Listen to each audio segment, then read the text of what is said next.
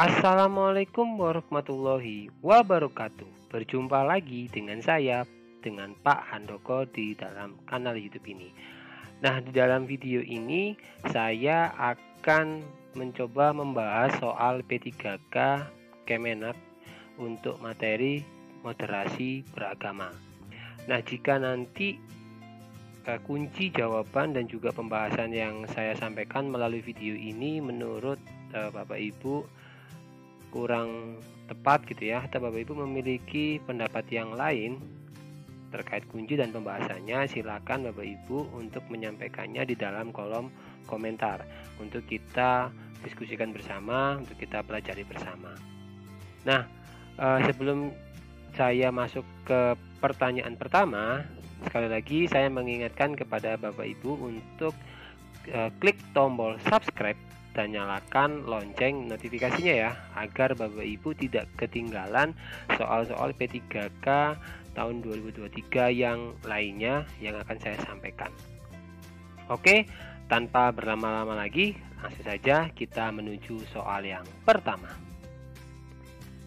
Moderasi beragama merupakan sesuatu yang kontradiktif dengan paham radikalisme beragama karena pemahaman yang tidak menyeluruh tentang Islam dalam konteks rediksi atau akar tadi menimbulkan pemahaman yang keliru tentang Islam. Pengertian dari radikalisme yang tepat yaitu A. Gejala umum yang bisa terjadi dalam suatu masyarakat yang ditandai oleh tindakan-tindakan keras, ekstrim, dan anarkis sebagai wujud penolakan terhadap gejala yang dihadapi. B. Kemampuan untuk berpikir dan bertindak sesuai dengan mata hati, konsiens, dan determinasi. C. Sebuah ideologi, pandangan filsafat, dan tradisi politik yang didasarkan pada pemahaman bahwa kebebasan dan persamaan hak adalah nilai politik yang utama. D. Keyakinan, kepercayaan yang terlalu kuat terhadap ajaran, politik, agama, dan sebagainya. Atau E. Sebuah sikap menerima atau menghormati pandangan atau tindakan orang lain, sekalipun pandangan atau tindakan itu belum tentu disetujui. Untuk soal nomor 1 ini, jawaban yang tepat menurut saya adalah opsi yang A gitu ya. Jadi kenapa kok A gitu? Pemahaman yang keliru tentang Islam dalam konteks radikalisme dapat mengarah pada tindakan ekstrim yang merugikan masyarakat dan lingkungan sekitarnya. Radikalisme dapat terjadi pada individu atau kelompok yang memiliki keyakinan atau pandangan politik atau agama yang sangat ekstrim. Radikalisme dapat terjadi pada semua agama, bukan hanya pada Islam. Namun radikalisme tidak selalu berarti kekerasan atau tindakan ekstrim. Beberapa bentuk radikalisme dapat juga mendorong perubahan positif di masyarakat. Moderasi beragama di sisi lain mencerminkan sikap toleransi dan penghormatan terhadap kepercayaan dan pandangan orang lain. Moderasi beragama menekankan pentingnya memahami ajaran agama secara menyeluruh dan tidak membenarkan tindakan ekstremisme dalam praktek keagamaan. Dalam konteks Indonesia, moderasi beragama dianggap sebagai salah satu nilai yang penting untuk menjaga kerukunan antar umat beragama. Hal ini terlihat dari program-program yang diluncurkan oleh pemerintah dan berbagai kelompok masyarakat untuk mempromosikan toleransi, dialog antar umat beragama, dan pemberdayaan masyarakat. Dengan demikian, pemahaman yang keliru tentang Islam dalam konteks radikalisme dapat menyebabkan tindakan ekstrim yang merugikan masyarakat dan lingkungan sekitarnya. Oleh karena itu, penting untuk memahami ajaran agama secara menyeluruh dan mempromosikan sikap toleransi dan penghormatan terhadap kepercayaan dan pandangan orang lain. Itu tadi untuk pembahasan soal yang pertama. Kita lanjut ke soal yang nomor 2. Kata moderasi berasal dari bahasa Latin moderatio yang berarti kesedangan, tidak berlebihan dan tidak kekurangan. Lantas yang dimaksud dengan moderasi beragama yaitu sebagai berikut: A. Taklid, B. Ekstrim, C. Berlebih-lebihan, D. Mengedepankan keseimbangan dalam hal keyakinan, atau E. Mengedepankan kesepakatan golongan dalam hal keyakinan. Untuk soal nomor 2, jawaban yang tepat menurut saya adalah opsi yang D, yaitu mengedepankan keseimbangan dalam hal keyakinan. Nah, moderasi beragama adalah sikap atau pandangan yang menempatkan keseimbangan sebagai prinsip utama dalam memahami dan menerapkan agama. Artinya, moderasi beragama menekankan pada pentingnya mengambil sikap yang tidak berlebihan atau ekstrim dalam menghayati ajaran agama. Moderasi beragama mengajarkan untuk menghargai dan menghormati perbedaan keyakinan antara satu sama lain, serta menempatkan keseimbangan dalam tindakan dan pemikiran. Oleh karena itu, jawaban D yang mengedepankan keseimbangan dalam hal keyakinan adalah jawaban yang tepat. Sedangkan jawaban A, taklid, merujuk pada peniruan Buddha terhadap suatu ajaran tanpa mengerti dan memahami isinya. Sedangkan jawaban B, ekstrim, berlawanan dengan moderasi karena cenderung mengambil sikap yang ekstrim atau berlebihan dalam menghayati ajaran agama.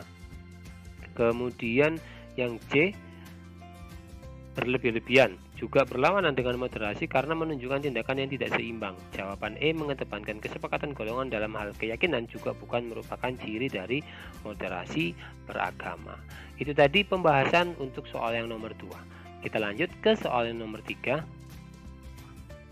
Menggambarkan watak Islam adalah moderat dalam hal bertindak dan keseimbangan dalam segala urusan yang baik, tindakan, ucapan, atau pikiran. Hal berikut merupakan pengertian dari A, keimanan, B, syariat Islam, C, moderasi beragama, D, kerukunan beragama, atau E, ekstremisme beragama. Untuk soal nomor 3, jawaban yang tepat menurut saya adalah opsi yang C, yakni moderasi beragama, gitu ya. Nah, jadi apa sih yang dimaksud dengan moderasi beragama? Yaitu sikap yang menekankan pentingnya keseimbangan dalam beragama, baik dalam tindakan, ucapan, maupun pikiran. Sikap moderat dalam Islam mengajarkan untuk menyeimbangkan antara kebutuhan dunia dan akhirat, antara hak dan kewajiban, serta antara kepentingan individu dan masyarakat. Oleh karena itu, Islam dikenal sebagai agama yang moderat. Sementara jawaban A, keimanan, merujuk pada keyakinan seseorang terhadap ajaran Islam dan Allah. Jawaban B, syariat Islam, merujuk pada aturan atau hukum yang ditetapkan dalam Islam.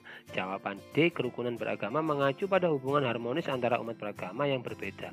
Sedangkan jawaban E, ekstremisme beragama, berlawanan dengan moderasi beragama karena cenderung mengambil sikap yang ekstrim atau berlebihan dalam menghayati ajaran agama.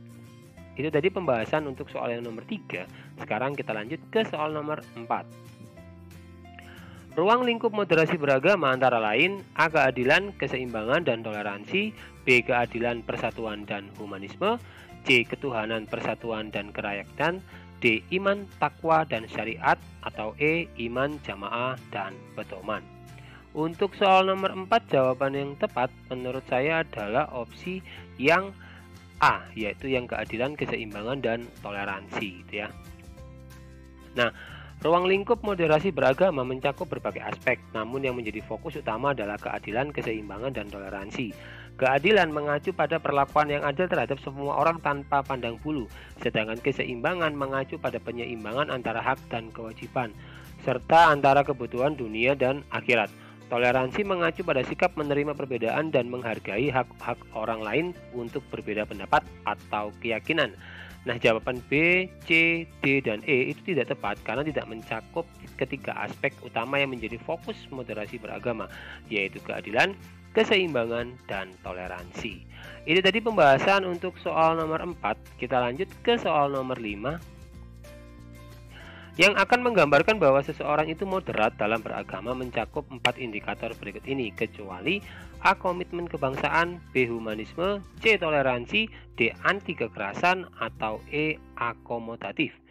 Untuk soal nomor 5, jawaban yang tepat menurut saya adalah opsi yang B, yakni humanisme, gitu ya. Nah, kenapa hanya humanisme yang bukan? Jadi, moderat dalam beragama mengacu pada sikap seseorang yang mempraktekkan agamanya secara seimbang dan tidak ekstrim, serta memiliki sikap toleransi terhadap kepercayaan dan pandangan orang lain. 4 indikator yang menggambarkan seseorang moderat dalam beragama meliputi 1. Komitmen kebangsaan. Moderat dalam beragama berarti memahami dan menghargai pluralitas dalam masyarakat dan memiliki komitmen yang kuat terhadap persatuan dan kesatuan bangsa. Untuk toleransi, yaitu moderat dalam beragama berarti menerima perbedaan dan bersedia menghormati keyakinan dan pandangan orang lain tanpa harus mengorbankan kepercayaan dan nilai-nilai pribadi. Untuk yang ketiga, anti kekerasan, moderat dalam beragama menolak segala bentuk tindak kekerasan atau ekstremisme yang merugikan masyarakat dan lingkungan sekitarnya. Terakhir, yakni akomodatif, moderat dalam beragama berarti dapat menyesuaikan diri dengan situasi yang ada dan mencari solusi yang terbaik bagi semua pihak yang terlibat. Itu tadi pembahasan untuk soal nomor 5. Sekarang kita langsung lanjut ke soal nomor 6. Moderasi Islam menjadi paham keagamaan keislaman yang mengejawantakan ajaran Islam yang sangat esensial, yaitu moderasi Islam yang lebih mengedepankan persaudaraan. Dalam konteks kehidupan berbangsa, kita dihadapkan dengan masyarakat yang majemuk. Tidak semua teman kita berasal dari agama yang sama. Dari uraian tersebut merupakan penerapan dari A. Moderasi beragama, B. Moderasi Islam, C. Moderasi dalam akidah, D. Moderasi dalam syariah, atau E. Moderasi dalam akhlak. Untuk soal nomor 6 ini jawaban yang tepat menurut saya adalah opsi yang E, yakni moderasi dalam akhlak gitu ya. Nah, jadi pernyataan tersebut menunjukkan bahwa dalam kehidupan bermasyarakat yang majemuk penting untuk mempraktekkan moderasi dalam sikap dan perilaku, yaitu dengan mengedepankan persaudaraan dan kerukunan antar umat beragama. Moderasi dalam akhlak dapat diartikan sebagai sikap yang bijaksana dan penuh kasih sayang dalam bertindak dan berbicara, serta mampu menghargai perbedaan dan menjaga keharmonisan hubungan dengan orang lain. Dalam konteks keagamaan, moderasi dalam akhlak juga mencakup sikap rendah hati, kesederhanaan, dan tidak mudah terprovokasi atau terpengaruh oleh isu-isu yang memicu konflik atau permusuhan antar umat beragama. Moderasi dalam akhlak merupakan bagian penting dari moderasi Islam karena mempertegas pentingnya menjaga akhlak yang baik sebagai bagian dari praktek keagamaan yang sebenarnya. Sebagai sebuah agama yang menekankan pada nilai-nilai kemanusiaan, Islam mendorong umatnya untuk berlaku adil, bijaksana, dan toleran dalam setiap aspek kehidupan, termasuk dalam berinteraksi dengan orang lain dari berbagai latar belakang dan keyakinan agama. Itu tadi untuk soal pembahasan dari soal yang ke-6 gitu ya. Kita lanjut ke soal nomor 7. Dikisahkan bahwa suatu ketika Al-Asy'ad bin Qais dan seorang Yahudi menghadap Rasulullah. Al-Asy'ad mengadu kepada Rasulullah karena tanahnya diambil seorang Yahudi tersebut. Setelah mendengar curhatan dan keluh kesah Al-Asy'ad, Rasulullah tidak langsung menyalahkan seorang Yahudi dan memintanya untuk mengembalikan tanah yang diperebutkan tersebut kepada Al-Asy'ad. Rasulullah malah bertanya kepada Al-Asy'ad apakah dirinya memiliki bukti kepemilikan atas tanah tersebut. Al-Asy'ad mengaku dirinya tidak memilikinya. Rasulullah kemudian meminta seorang Yahudi tersebut untuk bersumpah bahwa tanah itu memang miliknya, bukan milik Al-Asy'ad sebagaimana yang dituduhkan. Rupanya Al-Asy'ad keberatan dengan cara Rasulullah itu. Ia mengklaim kalau seandainya disuruh bersumpah untuk memenangkan persengketaan tanah itu, maka seorang Yahudi tersebut akan melakukan hal itu dan mengambil tanahnya. Dalam konteks moderasi beragama, sikap Rasulullah SAW dalam kisah di atas menunjukkan bahwa Rasulullah SAW memiliki sikap A. Menjunjung kemaslahatan umat umum, B. Adil, C. Anti, D. Penghormatan terhadap tradisi, atau E. Komitmen terhadap kebangsaan. Untuk soal nomor 7, jawaban yang tepat menurut saya adalah opsi yang B, yaitu yang adil gitu ya. Nah, kenapa? Jadi kisah di atas itu menggambarkan bagaimana Rasulullah SAW menangani persengketaan tanah antara seorang Muslim dan seorang Yahudi dengan cara yang adil. Meskipun Al-Asy'ad mengadu bahwa tanahnya diambil oleh seorang Yahudi, Rasulullah tidak langsung menyalahkan Yahudi tersebut dan meminta agar tanah itu dikembalikan kepada Al-Asy'ad. Rasulullah SAW justru meminta bukti kepemilikan atas tanah tersebut dari Al-Asy'ad dan meminta Yahudi tersebut untuk bersumpah bahwa tanah itu memang miliknya. Sikap Rasulullah SAW ini menunjukkan bahwa beliau tidak memihak pada satu pihak atau mengambil keputusan sembarangan tanpa mempertimbangkan bukti dan fakta yang ada. Beliau selalu berusaha untuk mengambil keputusan yang adil dan bijaksana untuk menjaga kemaslahatan umum dan mencegah terjadinya konflik yang lebih besar di masa depan. Oleh karena itu, jawaban yang tepat untuk soal nomor 7 adalah yang B, yaitu adil. Itu tadi pembahasan untuk soal nomor 7. Kita lanjut ke soal nomor 8. Berikut ini merupakan ciri-ciri radikalisme kecuali A. Mengklaim kebenaran tunggal dan menyesatkan kelompok lain yang tak sependapat. B. Berlebihan dalam beragama yang tidak pada tempatnya. C. Kasar dalam berinteraksi, keras dalam berbicara, dan emosional dalam bertakwa. D. Individu ataupun kelompok sosial terjamin hak-haknya sebagai manusia yang merdeka dan bermartabat. Atau E. Mudah mengkafirkan orang lain yang berbeda pendapat. Untuk soal nomor 8 ini jawaban yang tepat menurut saya adalah opsi yang D, yaitu individu ataupun kelompok sosial terjamin hak-haknya sebagai manusia yang merdeka dan bermartabat. Nah, jadi ciri-ciri radikalisme yang umum adalah mengklaim kebenaran tunggal dan menyesatkan kelompok lain yang tidak sependapat, berlebihan dalam beragama yang tidak pada tempatnya, kasar dalam berinteraksi, keras dalam berbicara, dan emosional dalam berdakwah, dan mudah mengkafirkan orang lain yang berbeda pendapat. Sedangkan opsi D, individu ataupun kelompok sosial terjamin hak-haknya sebagai manusia yang merdeka dan bertobat dan bermartabat sebenarnya bukan merupakan ciri-ciri radikalisme, melainkan hak asasi manusia yang selalu harus dihormati dan dilindungi. Oleh karena itu, opsi D ini merupakan jawaban yang salah gitu ya. Oke, kita lanjut ke soal nomor 9. Penangkalan dengan mengajarkan pencerahan kepada masyarakat tentang paham radikal sehingga tidak terjadi pembiaran berkembangnya paham radikal. Hal ini merupakan pengertian dari salah satu pencegahan radikalisme yang disebut dengan A. Rehabilitasi, B. Reedukasi, C. Resosialisasi, D. Pembinaan wawasan kebangsaan, atau E. Pembinaan keagamaan. Untuk soal nomor 9 ini, jawaban yang tepat menurut saya adalah opsi yang B, yaitu reedukasi gitu ya. Jadi reedukasi adalah salah satu cara pencegahan radikalisme dengan mengajarkan pencerahan kepada masyarakat tentang paham radikal agar tidak terjadi pembiaran berkembangnya paham radikal. Hal ini bertujuan untuk mengurangi kemungkinan orang-orang terpapar ideologi radikal yang salah dan menciptakan kesadaran masyarakat akan bahaya ideologi radikal. Rehabilitasi adalah upaya membantu orang yang sudah terpapar ideologi radikal untuk kembali ke masyarakat. Resosialisasi adalah upaya mengembalikan seseorang ke masyarakat dengan memberikan pendidikan dan pelatihan agar bisa hidup mandiri. Pembinaan wawasan kebangsaan dan keagamaan bertujuan untuk membentuk karakter dan nasionalisme serta mengembangkan pemahaman agama yang sehat dan benar.